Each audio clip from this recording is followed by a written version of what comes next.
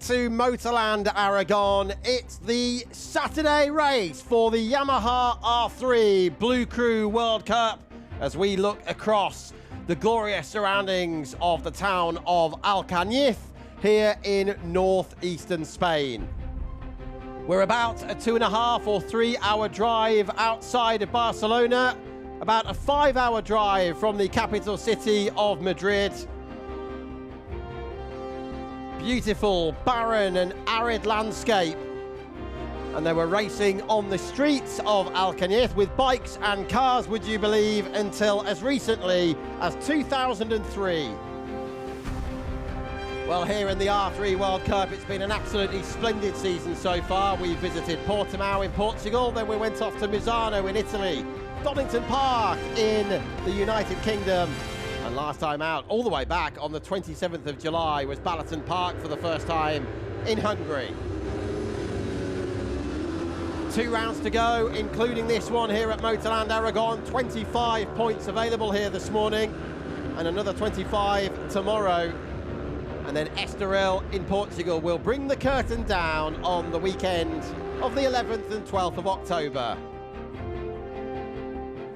Greg Haynes with you here in the commentary box, and on behalf of Ian Wheeler and Ollie Rushby and all of us here at Yamaha Racing, it is a pleasure to have you on board here on the Yamaha Racing YouTube page and also on Discovery Plus as the riders make their way around to the dummy grid before the start of the race, which will be in just over 3 minutes from now, with 9 laps in front of us. Here is the starting grid with Emanuele Pastore taking pole position for the first time. Alongside him is the champion-elect Alessandro Di Persio, who could win the title in this race, but he does need to win the race for that to happen. Third on the grid is the Italian national champion, Ivan Spada, who's back in action for the first time since Donington Park, when he was infamously on the grass down through the Craner curves. Hopefully no grassy moments for the Italian today. 4 riders are making their debuts, including Suncheng Zhang there, the Chinese rider, number 4. Watch out for him, the 25-year-old, on the 6th row of the grid, which is completed by Angelo Motola with a penalty, who's at the back of row 7.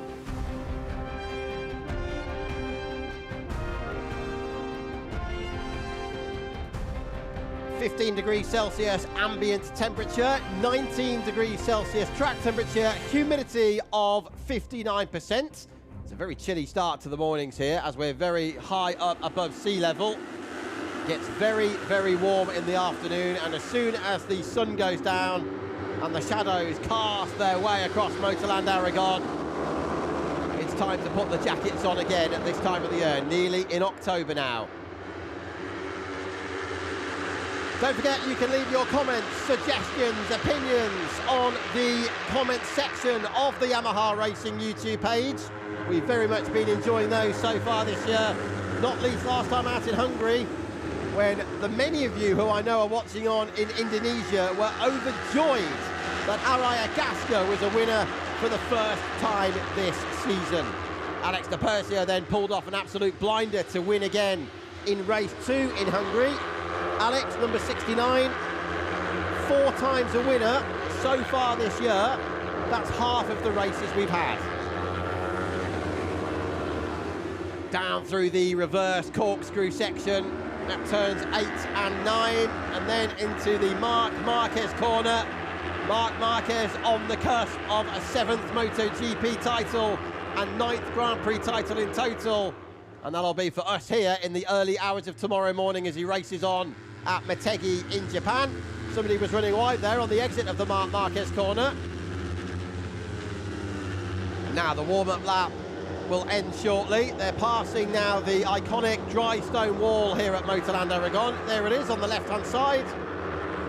This is where Dani Pedrosa crashed, if you remember, from the Grand Prix in 2013 after contact from his then Repsol Honda teammate, Marc Marquez. It severed a wheel speed sensor cable on the back of Pedrosa's bike, and he had an absolutely massive high side. But now the 40 horsepower Yamaha R3s make their way down the downhill back straight You may have also seen we had the Yamaha R7 Super Finale alongside the Bol d'Or at Paul Ricard in the south of France last weekend. And congratulations again to Marco Diaz, the 20-year-old from Spain who won that event. 75 points will be available from tomorrow's race onwards. Here's the championship situation. Depercio is leading the American Chris Clark by 53 points. Very close in the rest of the top five. Agaska, Kugawa and Sales of Indonesia, Japan and Brazil.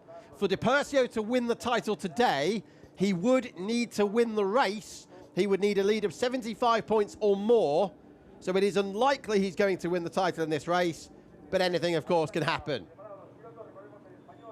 All of the riders powered by the renewable fuel provided by Total, the French company. And now we are ready to go with Emanuele Pastore in a position he's never been in before, and that's pole position. The race will start when the lights go out. It is go for the opener here at Motorland Aragon, a potential title decider for Alessandro Depercio from second on the grid. Ivan Spada takes the lead into turn one. The Italian champion, number 43, who joined us at Donington earlier this season, makes an absolutely brilliant start from his third position on the grid. And Spada, whose dad I know is watching on, leads the pack up into the left-hander of turn four. Sparks flying there.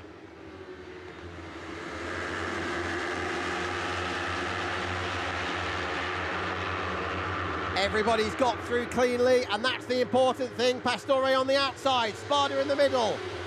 Championship leader Alessandro Depercio now from Pescara takes the lead. Up over the top of the plateau, down into the reverse corkscrew section. It's a right, and it is a left. Side by side in the battle for fourth position, Okanuki and Kugawa absolutely locked together. Charlie Mendes, number 6, the rider from the Dominican Republic, will need to take 2 long lap penalties in the first 6 laps of this race for irresponsible riding, an unsafe rejoining of the circuit during Superpole yesterday. And I noticed that Charlie did practice the long lap penalty loop during the warm-up lap. It's on the outside of turns 9 and 10, so he'll have to dive off to his right as opposed to tipping left on the exit of the reverse corkscrew. Kakeru Okanuki now, the 18-year-old from Fukushima in Japan, is leading down the back straight.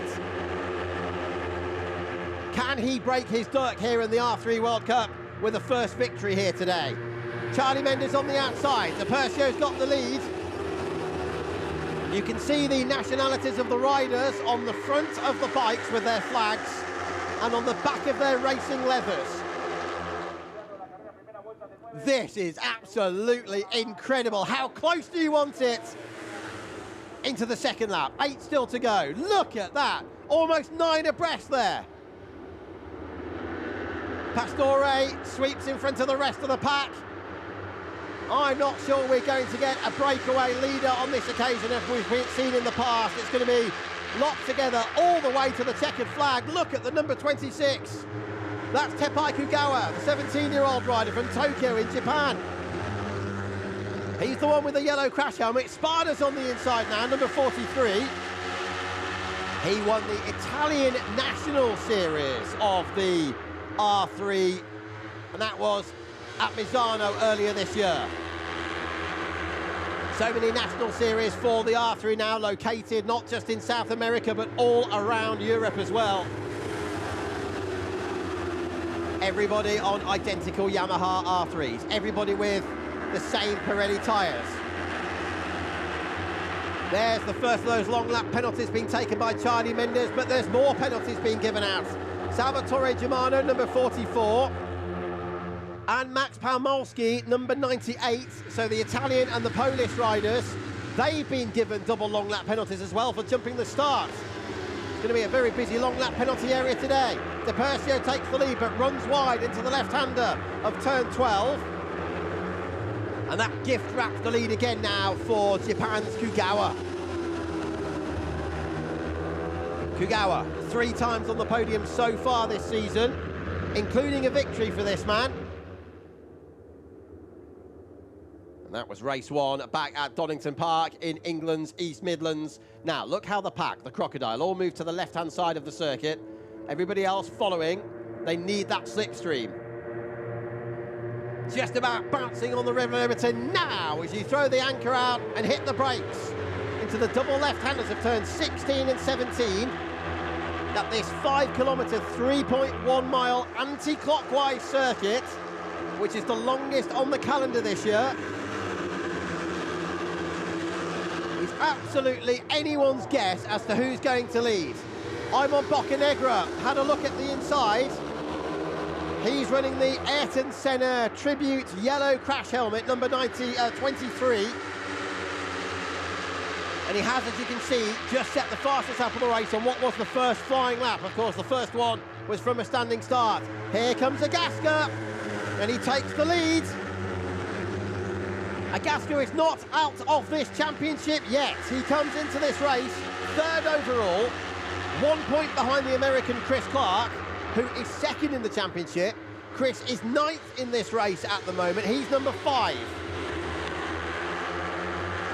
Into turn 7 and down, and out of the race goes Ivan Spada, and the red flag is out. Or is the red flag out? Because it's not on the timing screen. It's appeared on the TV graphics. There is not a red flag, but Spada is out. So the Italian rider who was on the grass at Donington loses the front, having run a little bit wide there coming through turn 7. There was an incident through there for Luca Mayas earlier on as well. Again, we're seeing red flag, but I can tell you there is no red flag. That's an error on the TV graphics. Where is Spada? There was actually a touch. I do not believe that was Ivan Spada's fault. He was pushed out onto the dusty line on the outside while carrying lean angle, and there was nothing he could do about that. The 16-year-old from Segrate in Italy. What a shame for Ivan after qualifying on the front row. He has rejoined the race, but unsurprisingly, 21st and last. Down the backstroke we go again. Pastore's number 55. He won the super finale for the R3s in Estoril at the end of last season. There's no super finale this year, but there was last year, and winning that gave him a free entry into this World Cup of 2025. Depercio sweeps around the outside. He's number 69. Winner of 4 races from 8 so far this season.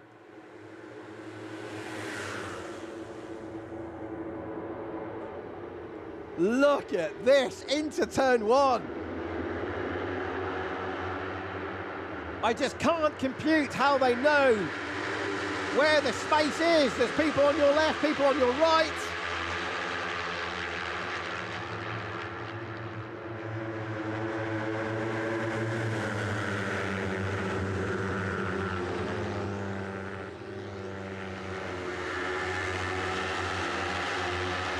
We're coming up now to turn 7, and unsurprisingly there is an investigation underway from Antonio Lima and the other 2 stewards up in their office.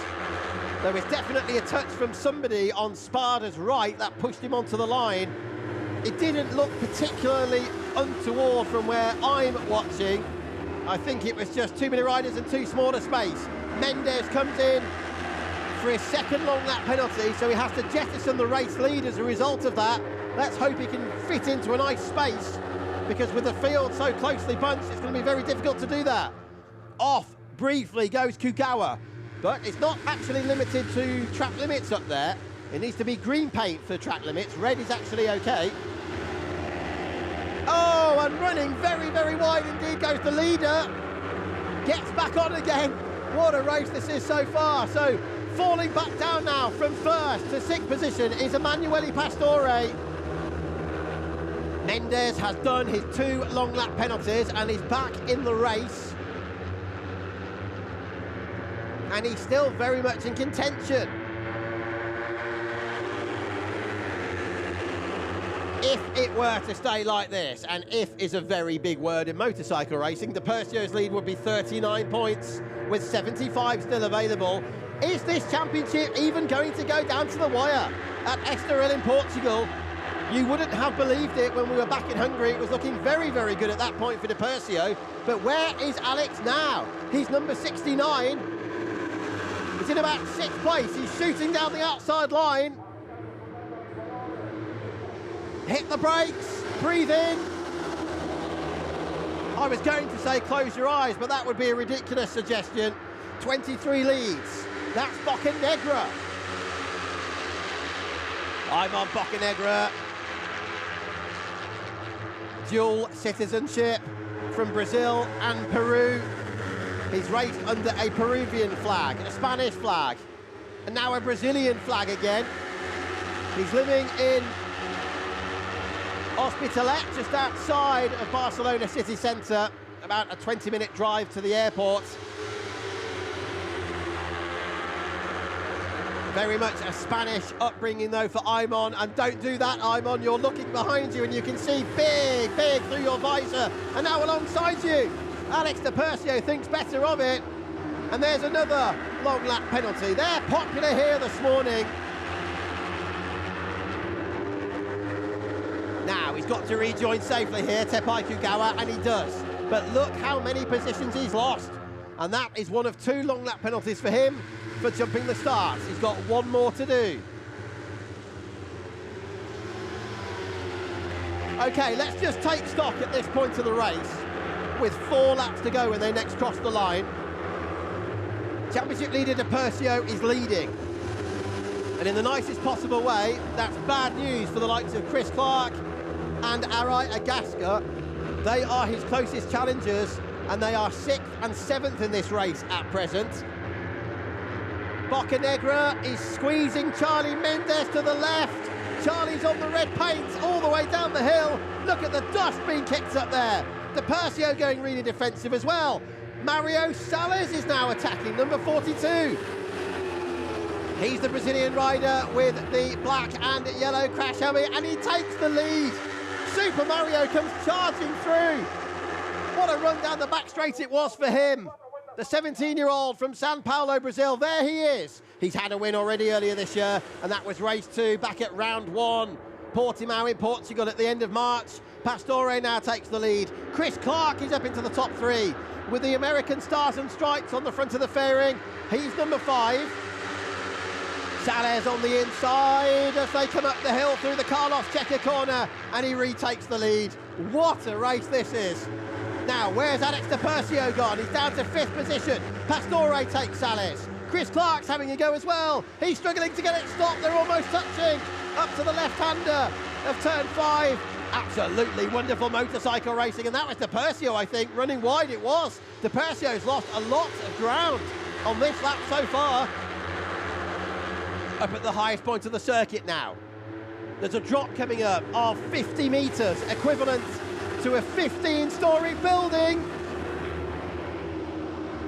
And did you see the number 6 of Charlie Mendes bullying his way past Chris Clark on the inside line? Great move. Pastore leads, there he is. Salles is in 2nd position. Kugawa now falling down to the back of the pack as he takes his 2nd long lap penalty.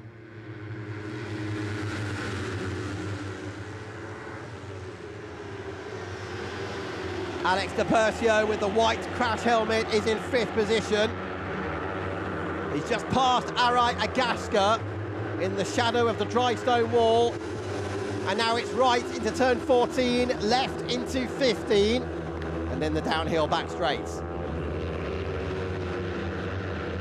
Mendes is leading. Mendes of the Dominican Republic in the Caribbean. He's not yet won a race here in the World Cup. He's not yet finished on the podium here in the World Cup. Can his first podium come in the form of a first ever win? Not if Emanuele Pastore has anything to do with it. Salles does it again, sits at Pastore. Chris Clark's going all the way around the outside. He's not going to get through there, but he's certainly got a good run onto the start-finish straight, which is 630 metres long. This would be a beautifully timed victory for Chris if he can bounce back for the first time since round one. There goes Depercio. He was sixth just a few moments ago, and now he's in the lead. And we still have the top 19 riders covered by just 2.8 seconds, would you believe? Up the hill they go. Pastore 55, Depercio 69. Charlie Mendes number 6, Depercio goes through.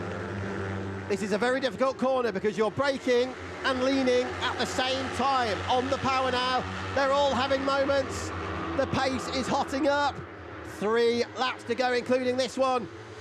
And Alessandro Binder's getting in on the act. In his first ever race in the R3 World Cup, the rider from Switzerland, the 16-year-old, is up in this leading group. Fantastic performance from him. Depercio's got into the lead again. He's thinking to himself, I do not want to be involved in any carnage in the middle of this pack. Keep me out of the chaos. Let's try and get away. Now, he did this, if you remember. He's already done it several times this season. Can he pull the pin in the closing stages and try to break away somehow with the long back straight, which is almost a kilometre long? I very much doubt it. And sure enough, Mendes is back in front now. Oh, they're side by side. What a move. Chris Clark from Arlington, Virginia has gone all the way around the outside of turn 13. Seldom do you see that. That was spectacular from Chris. There he goes. And he leads down the back straight, trying to reduce Depercio's championship lead. It's currently 53 points in Alex's favour over Chris. What a riveting race this is. You cannot take your eyes off the screen. Agaska's on the inside line, number 38 with the red crash helmet. Chris Clark leading. And I know all his family and friends are watching on from back in the States. 2 laps to go. Mendes on the inside line, number 6. Sales has a look. Sales going through now. If Depercio is to win the title in tomorrow's race, it needs to be 50 points or more. If he's to win it in today's race, it needs to be 75 or more. 39 would be nowhere near enough. Oh, and that's a big moment there. Pastore nearly lost the front. Depercio, look at Agaska. Arai Agaska, named after the world-famous helmet manufacturer, is up into third. He's side by side with Chris Clark. Agaska's got the advantage just. Sales now leading. Mendes is second and attacking. Charlie Mendes goes through. And we still, on the penultimate lap of the race, have 19 riders covered by 2.7 seconds. Ivan Sparta still running at the back after an incident earlier in the race. That was not his fault. The number 4 newcomer, Shencheng Zhang, is still in the race in 20th position on his debut, the rider from China. But up in this leading group as we come through towards the final lap of the race very shortly, it's the number 6 of Charlie Mendes heading into the back straight. Behind him, Arai Agaska. Alessandro Depercio, number 69, the championship leader. Behind him, Okanuki from Japan. And then it's Sales, Clark, Kugawa, Pastore, Germano, Boccanegra's in there. Binder from Switzerland on his debut. Gene Turner, David Novak, Mottler, Danny Krabacher. There's a new rider from the Netherlands in this group as well, Jari Kranen, 14 years old. Could score points on his debut. Massive moment in the middle of the corner. Oh my goodness. Mendes runs off wide, and one of the Japanese riders was in the mix there as well. This is the final lap of the race here at Motorland Aragon. Sales has the advantage. Alessandro Depercio, the championship leader's on the outside, but he's not going to get through there. Turn 2. Watch out for Chris Clark, who's been so aggressive and so brilliant in this race so far. He's on the inside line, and Chris Clark's taking Depercio. Chris Clark is trying to take this championship to the finale at Estoril in 2 weeks' time. Kugawa, He's taken 2 long lap penalties, but he's still in 4th place.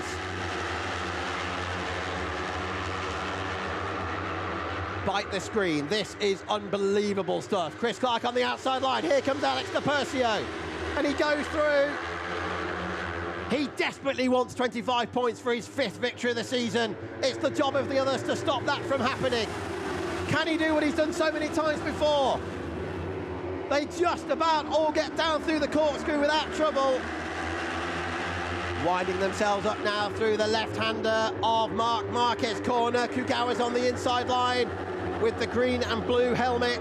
Di Persio still got the advantage, but this is by no means done. Look how many riders are still fighting for the lead. 3 seconds covering the top 19. Unbelievable. Number 6 takes the lead. That's Mendes now. Mendes from the Dominican Republic in the Caribbean. Can he take his first podium and his first win? Okanuki 31, Pastora, who started on pole, is second, and look at Boccanegra with the yellow helmet. He was trying to go all the way around the outside there. They're still side by side. I do not know where to look next. Where's Di Persio gone? He's in 4th position now, and the Swiss rider's in the mix. Alessandro Binder, number 89, 5 on his debut. This is going to be the closest top 15 we have ever seen in the 5 seasons of the R3 World Cup. On the inside line now is Kugawa of Japan, but he's not got through. It's dusty off the line. Di Persio's got the advantage. Okanuki has a look on the inside, and he's done it again. Alessandro Di Persio comes out of that chaos to win for the 5th time in 2025, and that was his best yet. That was unbelievable here in the R3 World Cup, as the top 19 riders are covered by just 1.9 seconds. You heard that right. 19 riders, 1.9 seconds. What a motorcycle race that was, as Di Persio's championship lead increases to 64 points over Tepai Kugawa, who is now 2nd overall. And that means that Di Persio could win this championship here at Motorland Aragon tomorrow if he ends that race with a lead of 50 points or more. That therefore means he doesn't even need to score more points in tomorrow's race. He has a 64-point lead, and a 50-point lead would win the title. Now it really is down to the others to finish on the podium, reduce that deficit, and hope that Alex Di Persio here fails to score points. And he's only done that once so far this year, and that was race 2 back at Portimao in Portugal at the opening round. Tepai Kugawa, 4th podium of the season for Tepai, the 17-year-old from Tokyo. He now finds himself 2nd in this championship. Araya Gasca is up to 3rd in the championship, having finished 6th in that race. And there is Kakeru Okanuki, number 31. Well done to him. His first ever podium, the 18-year-old from Fukushima in Japan. And look at the protector on our right-hand side, his left. That's the clutch protector through contact in that race. Is it any wonder? Completely pushed up by a 90-degree angle towards the sky. Salvatore Germano just been given a 31-second post-race time penalty, an equivalent of an automatic ride-through penalty, and the same for Max Pamolski. And that's because I believe they did not complete their long lap penalties required. They were given now a ride-through. As a result, there was not enough time to take the ride-through because the race has ended, and so they're given the equivalent time penalty. You can hear Di Persio screaming inside his crash helmet, his 5th victory from 9 races so far, and whatever happens, it just seems to be that he finds the space and comes out on top.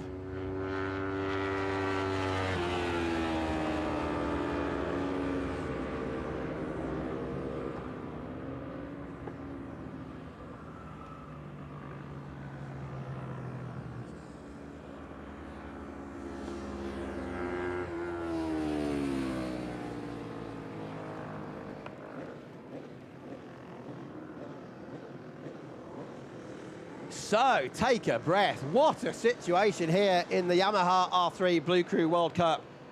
Let's just take stock of the results and then we'll talk about the championship situation. Alex Di Persio wins the race. Kugawa second from Okanuki, his first podium. Fourth was Emanuele Pastore, having started on pole. Then it was Sales, Agasca, Boccanegra, Chris Clark. Poor Chris, who was leading for quite a lot of the race, ends up down in 8th, would you believe? That's hard luck for the American. Charlie Mendes, who was fighting for the lead, ends up in just 9th place, all because of that shuffle at the last corner.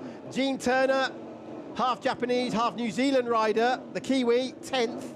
Binder, on his debut, no relation to the Binder brothers in the MotoGP paddock, by the way. This is Alessandro Binder. He's 16 years old. He's not from South Africa. He's from Switzerland, and he scored 5 points there for 11th place on his first outing. Superb stuff from Binder. Then it was Novak. Motola Montero scored as well on his debut. That's Ruben Montero, the 16-year-old from Spain. 2 points for him in 14th place. And another rookie scorer, Jari Hreinen, the 14-year-old from the Netherlands. Well done to you too. Krabacher, Sunsalar, Shenzhong, the Chinese rider, Germano and Palmowski with their penalties, and Spada. Well done, Ivan, you did at least finish the race after being taken down earlier.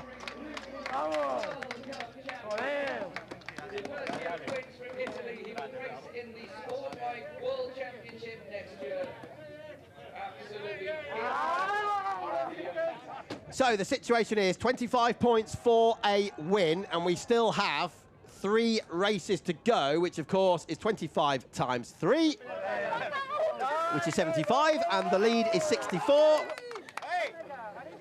So it's not over yet, but it is looking good for Alex Di Persio. If he leads Motorland with a lead of 50 points tomorrow, he would be the champion.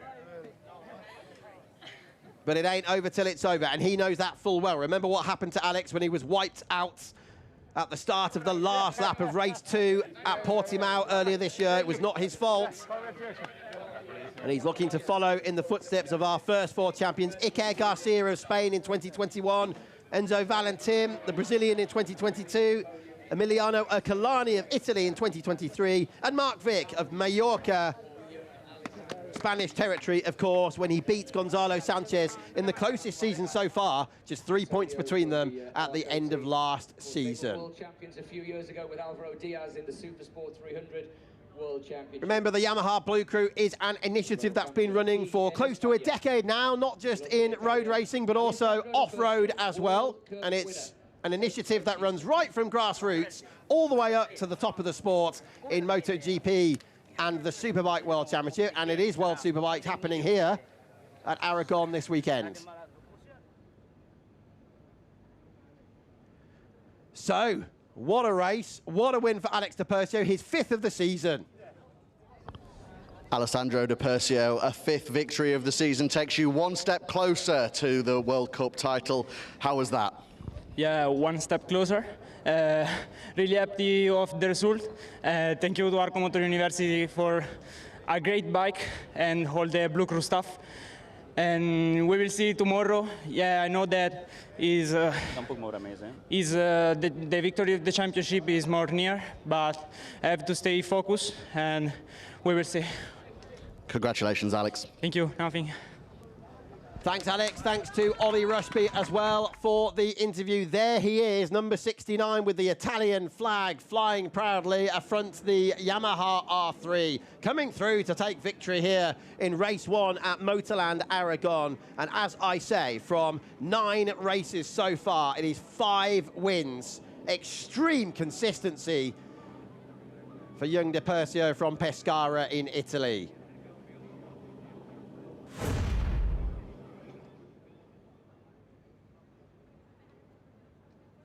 So how can they stop him in race 2? Well, they've got to win. The likes of Kugawa, Agasca, Clark, Sales, Pastore, they've got to win tomorrow. But the closest challengers now, and those who are still mathematically in contention, I can tell you, it's only 4 of them now. So a big race there with 75 points left. There's 70 points covering the top 4. So mathematically, it's down to 4 of them now. Di Persio from Italy, Kugawa from Japan, Agasca from Indonesia, and Clark from the United States of America.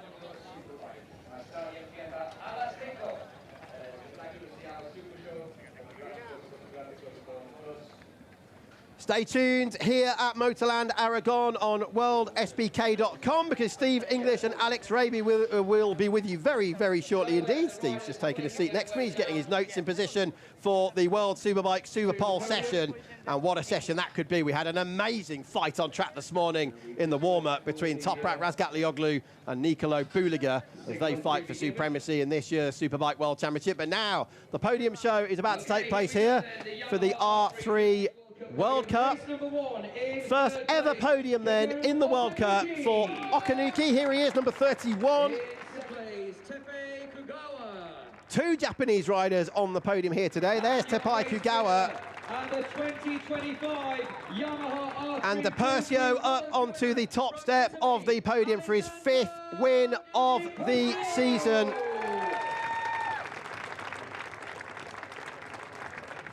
The presentations will be made by Mr. Paul Dennis. So 5 wins and 8 podiums from 9 races for Alex. What consistency so far for him. And he's still only 18 years old. Paul Denning, the team principal of the Pata Maxis Yamaha Superbike team, currently running, of course, Andrea Locatelli, and 6-time world champion Jonathan Ray is up here on the podium to hand out the trophies. The second place trophy presented to Tepai Kugawa. Congratulations, Tepai. Good ride. Well done.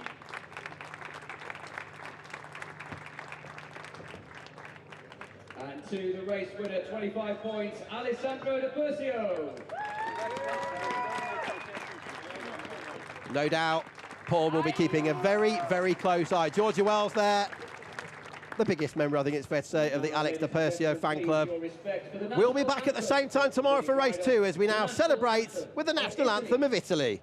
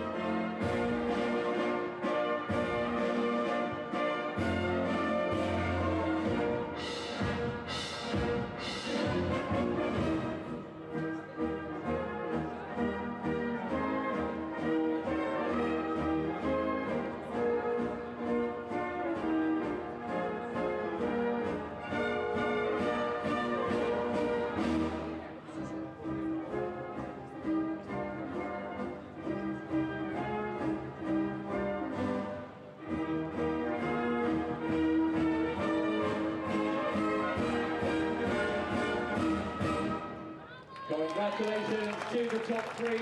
If I could ask Tepe and Kagero, please join together with Alessandro on the top step. I'll come out and have a quick word with the riders. And again, my apologies, can't remember how many races we've got left. Alessandro could be the champion tomorrow. So again, apologies for that, just want to correct myself.